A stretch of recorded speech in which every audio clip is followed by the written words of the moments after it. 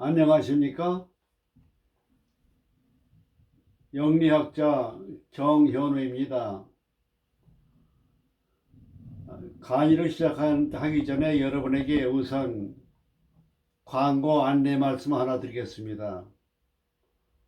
일주에 이어서 4주 해설을 할 때 신청자 여러분의 4주를 직접 강의하는 것이 더 효과적이다 이렇게 생각이 되어서 선착순으로 시청자 여러분의 사주와 이름을 저에게 연락을 주시면 아래 전화번호로 그러면 이름도 감명해 드리고 사주도 강의 교재로 제가 감명을 해서 풀어 드리겠습니다.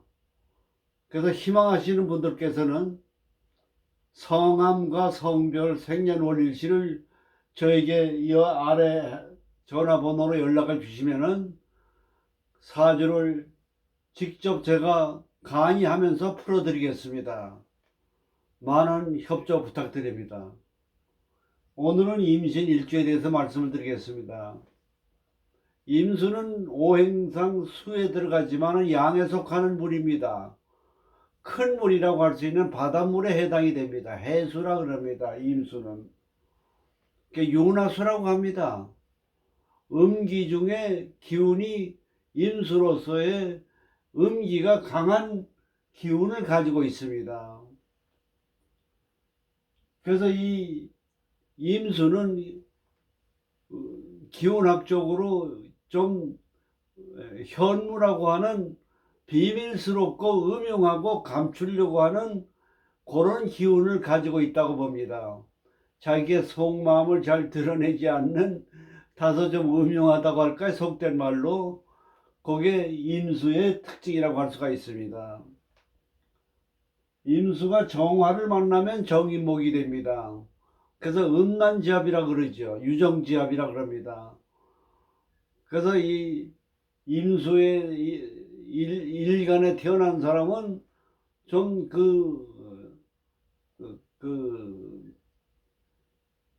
육체적으로 건강이 굉장히 강하기 때문에 그런 좋은 음기로서의 기운 작용을 한다고 볼 수가 있습니다. 근데 밑에 신금을 깔았습니다. 신금에는 암장이 무경님이 있습니다. 무는 관이 되고 경은 인수가 됩니다. 그리고 비견급이 있고요. 그러니까 이게 역마가 또 해당이 됩니다. 임수는.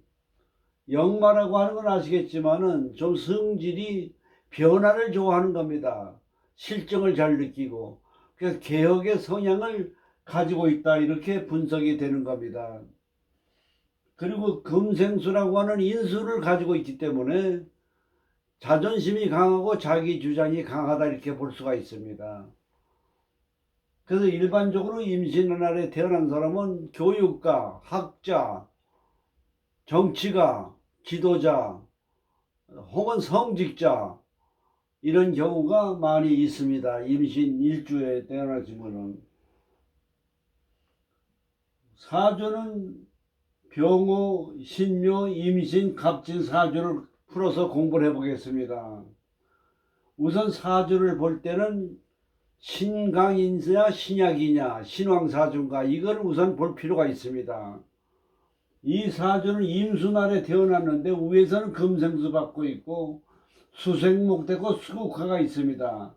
나를 도와주는 신금 하나가 있습니다. 근데 지지에는 월지를 가지고 왕상휴수사 신강이냐 신약이냐 하는 거는 월지를 가지고 보는 겁니다. 월지 사령관 상관을 낳기 때문에 내 몸이 설기되기 때문에 신약사주라고 볼 수가 있겠습니다. 그런데 옆에 신과 진이 신자진 수국을 이루고 있습니다. 그 위에 이렇게 금생수 해가지고 병신수 돼 있어가지고 실질적으로 수가 왕한 사주가 되어 있습니다. 그러니까 이럴 경우에는 약변간이라 실제는 신강이지만은 세력이 변해가지고 신강사주가 되었다 이렇게 분석이 되겠습니다. 그래서 이 신강사주가 되기 때문에 수국화라고 하는 요 병화가 재물입니다. 요 재물이 뭐냐면 병화입니다. 불이 돈이에요. 화려함과 미술. 그러니까 음악이라든지 예술이라든지 미술품이라든지 혹은 병화는 주작이니까 말로 벌어먹고 사는 직업, 그것이 재물이 되는 요소다 이렇게 볼 수가 있겠습니다. 그래 쟤는 아내가 되기 때문에 아내가 연애와 있기 때문에 연상의 여인을 좋아한다. 그리고 제가 병화니까 아름답지 않습니까? 연상의 여인이면서 미모가 있는 아름다운 얼굴과 미모를 가지고 있는 여자를 선호한다 이겁니다.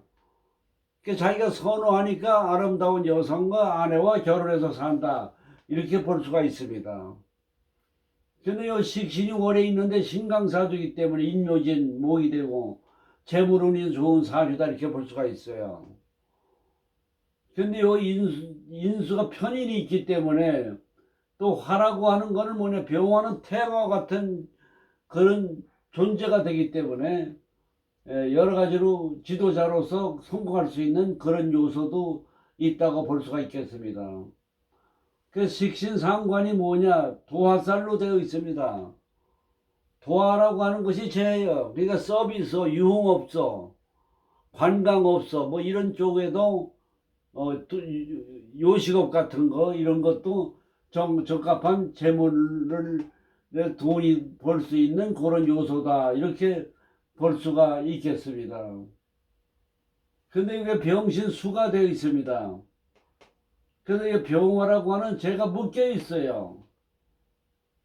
근데 이 목생화 되게 숨은 죄는 여기 있는 겁니다. 수생목 목생화. 그래서 우리가 사주를 이렇게 보면 을미대운에 들어오면 을신중이 됩니다. 그리고 묶여있는 돈이 풀어져요. 그럼 이때는 재물운이 아주 좋다고 봐야 되겠습니다. 미가 들어가서 묘미 목이 되고 목생화 돼가지고 수가 왕하니까 미지만은 그 목화가 많기 때문에 금수가 용신이라고 할 수가 있지만은 금수도 많기 때문에 목화운에도 좋다고 봐야 돼요. 요걸 해석을 잘 하셔야 됩니다. 그 다음에 여기 신묘에 들어와서는 여기 원진살이 됩니다. 역마가 되고, 이 역마라고 하는 거는 뭐냐, 불안정한 걸 얘기합니다. 안정감이 없어요. 그래서 금생수는 인수가 들어오거든요. 인수는 뭡니까? 죄를 극하거든요. 식신을 극하니까 죄를 극하는 겁니다. 식신생죄. 요때는 좀 손재수가 있다고 봐야 돼요. 손재수. 역시 마찬가지입니다. 술대운에 들어와 가지고는 묘술 합화돼 가지고 화도 많아지고 금도 있습니다. 신유술 금이 됩니다. 토국수가 되기 때문에 명예운이 좋다고 봐야 됩니다.